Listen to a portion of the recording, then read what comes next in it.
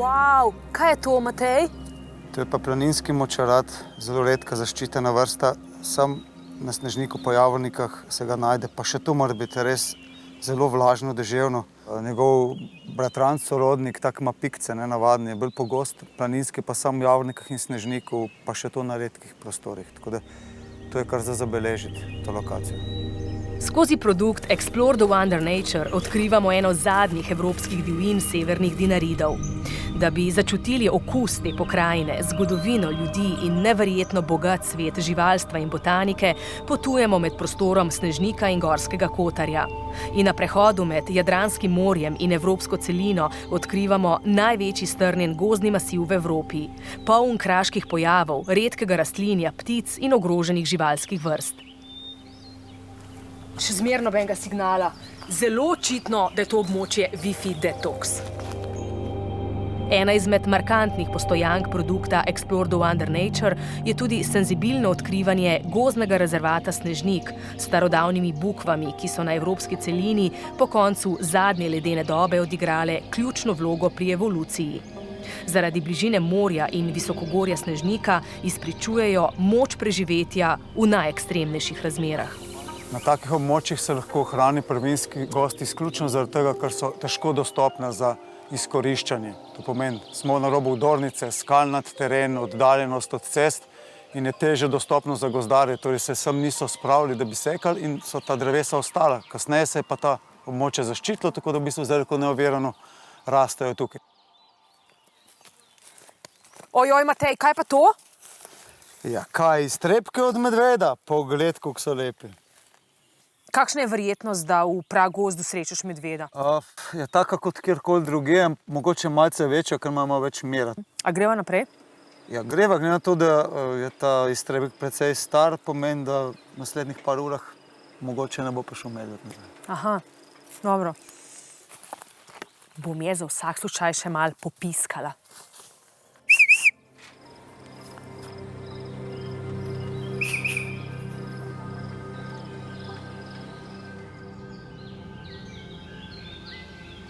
Gozdni rezervat Snežnik je skupaj s pragozdnimi ostanki izjemen primer gozda, kjer še vedno nemoteno potekajo naravni procesi. Zato je obiskovanje teh prostorov dovoljeno le po označenih planinskih in učnih poteh. Poudariti je potrebno, da so gozdni rezervati v Sloveniji ohranjeni zaradi sonaravnega načina gospodarjenja z gozdovi, ki izstopa tako v evropskem kot tudi v svetovnem merilu. Skoraj neverjetno se mi zdi, Matej, da so te bukve genska banka, iz katere so se razvile bukve po celi Evropi. Ja, neverjetno je, da so preživele ledeno dobo, toliko 1000 let in potem dale seme naprej za vse ostale, praktično za celo Evropo. In te bukve nosijo v sebi 12 000 let DNK-ja. Ja, neverjetno.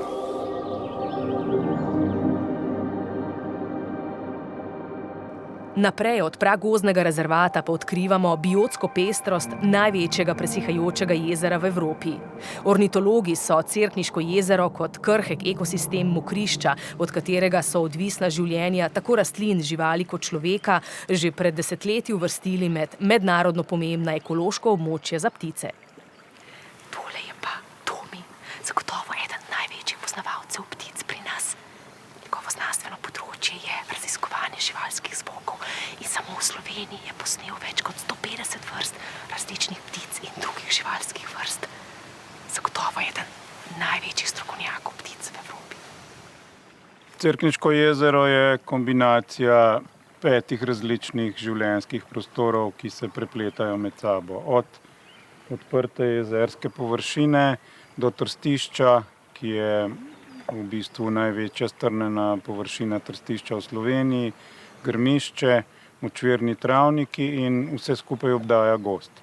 In to prispeva k veliki pestrosti. Po eni strani pestrosti počivališč na selitvi ptic in pestrosti gnezdišč za tiste vrste, ki gnezdijo tukaj. In vsako od teh življenjskih okolij ima kakšno posebno vrsto, ki jo v principu najdemo v Sloveniji samo tukaj ali pa ima tukaj največjo populacijo.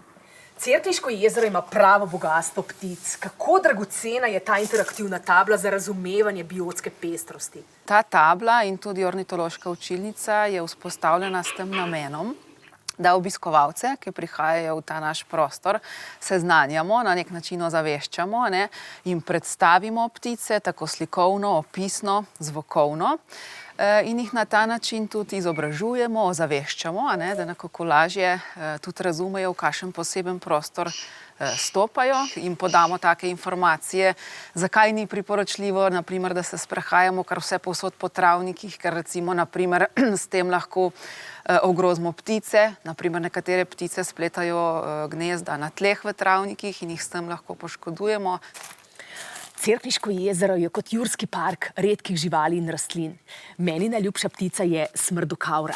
Njene peruti spominjajo na metulja, ime pa je dobila po neprijetnih izločkih, s katerimi mladiči zelo učinkovito odganjajo vsiljivce. Njen zvok pa rahlo spominja na kukavico.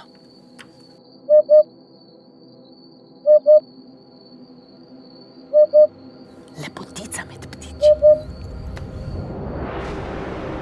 Okoli Cerkniškega jezera so speljane nagrajene tematske učne poti, s katerimi se obiskovalce usmerja na rob parka, da bi svojo bližino čim manj ogrožali ptice in redko rastlinje, ki se je tu prilagodilo ekstremnemu ekosistemu. Ena od rastlin, ki jih tu morate videti, pa so orhideje ali kukavičevke.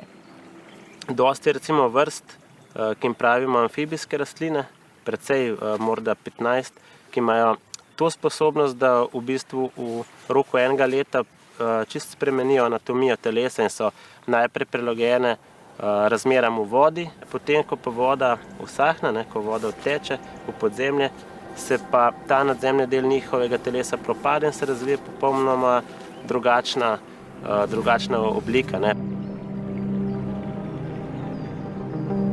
Od svetovnega fenomena presihajočega jezera pa potujemo naprej na hrvaško stran Dinaridov, kjer skozi produkt Explore the Wonder Nature nadaljujemo raziskovanje občutljivega ekosistema ene zadnjih divjin v Evropi.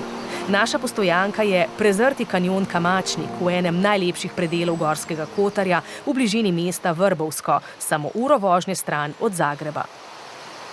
Dobre 3 kilometre dolg kanjon Kamačnik je prostor divje romantike.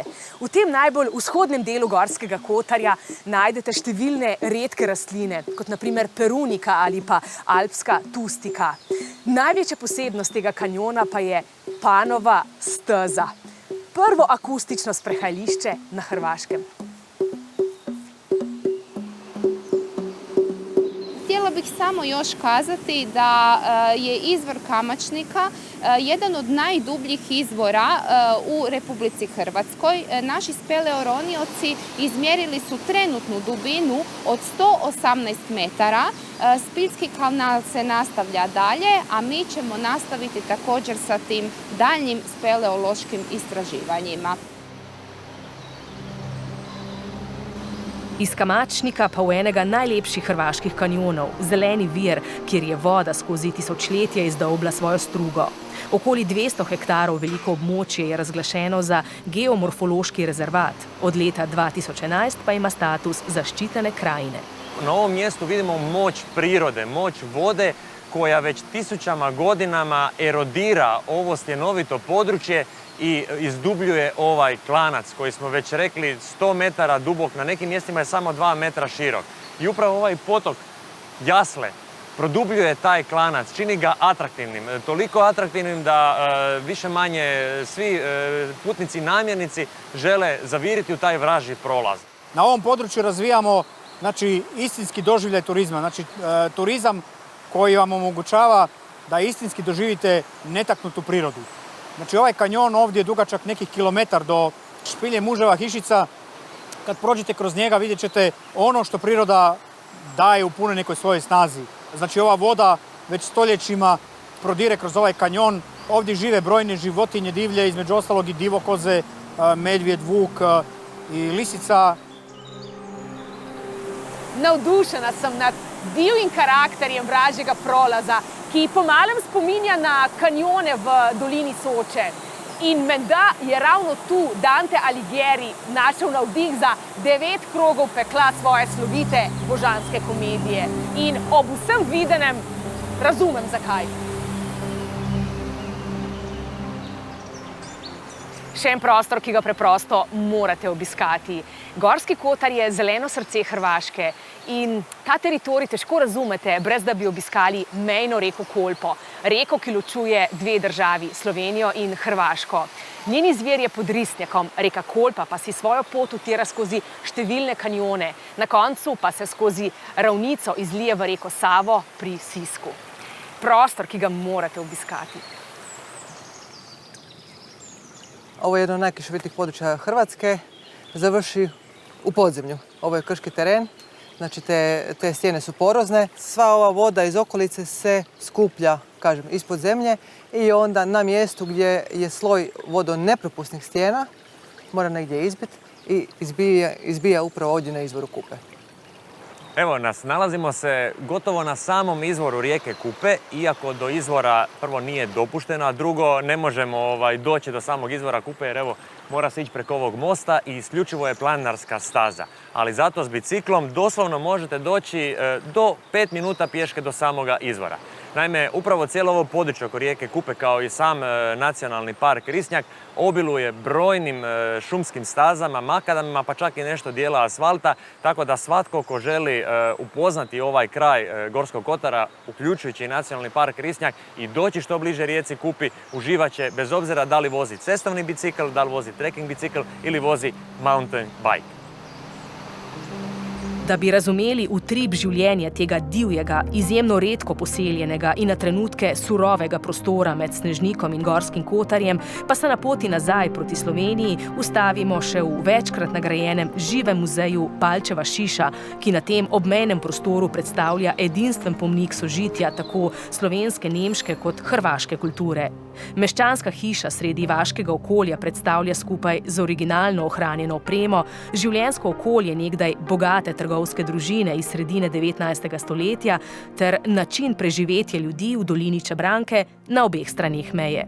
Tisto, kar je posebno pri Palčevi šiši, je, da je ta stavba živi muzej in lastnik Marko v tej hiši še vedno živi. Prihajate za vikende, ne? Ja, prihajamo za vikende, pa tudi ne seveda samo sami, ampak prihajajo z nami tudi otroci in vnuki. Za to mizo, prav za to mizo so včasih vaši predniki sedeli in obedovali. Za to mizo so moji predniki skoraj, oziroma nekaj manj kot 100 let jedli vse obroke od zjutraj do zvečer, zaradi tega, ker družina je vedno obedovala tukaj v prvem nadstropju v tej jedilnici. Palčeva šiša ni samo živi muzej. To je zelo osebna družinska povest. In vsak predmet v tem živem muzeju ima svojo zgodbo. Zgodbo ljudi, ki so tu živeli, delali in ljubili. Tole pred mano so ljubezenska pisma Fani Didrih iz Postojne, prve žene Markotovega pradeda, ki je umrla ob 4. mrtvorojenem otroku. Dragocenost so ta pisma. Mi smo dosegali, vzpodbudili ljudi, da vejo, da konec konca tudi Plešce kot neka majhna vasica, daleč od vsega, tako kot ste rekla, med risi in medvedi, ima še vedno nekaj popolnoma drugega, kar ljudje pričakujejo v teh krajih za pokazati. Ampak po drugi strani pa seveda lahko spodbudi tudi vse druge produkcije, ki so vezane na te stvari, od kmetijstva do vseh ostalih zadev, ne. Za konec našega potovanja pa spoznajte še najstarejšo avtohtono slovensko pasmo psov, gospoda kraškega ovčarja Osebno, znamenitega pastirskega psa, ki izvira ravno iz območja zelenega krasa. Kraški ovčar kot avtohtona slovenska pasma je bil pred 30 leti na robu izumrtja. Danes pa po zaslugi skrbnih kinologov ohranja kulturno krajino zelenega krasa in skrbi, da se njen izgled skozi razraščanje ne bi izgubil. Vidimo okrog sebe, da je pokrajina v zaraščanju in za ovčerejo, kozjerejo bi lahko to pokrajino obdržali takšno, kakor je bila prej. Prav je, da imamo v svoji okolici tudi divje zveri in da bi pa te ovce, drobnico obvarovali, je pa kraški ovčar idealen čuvaj.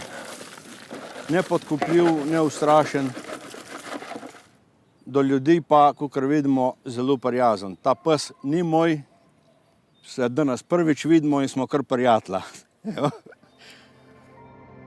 Kako tudi skozi kraškega ovčarja sobivate s 3 velikimi zvermi na tem prostoru, medvedom, volkom in risom? Odkar imamo pse, pač ni problemu z velikimi zvermi, je pa verjetno v bodoče bo treba še kakega kraševca dati v pašnik, zato ker bo en pač premalo zaradi samega števila velikih zveri, ki se veča. Ne?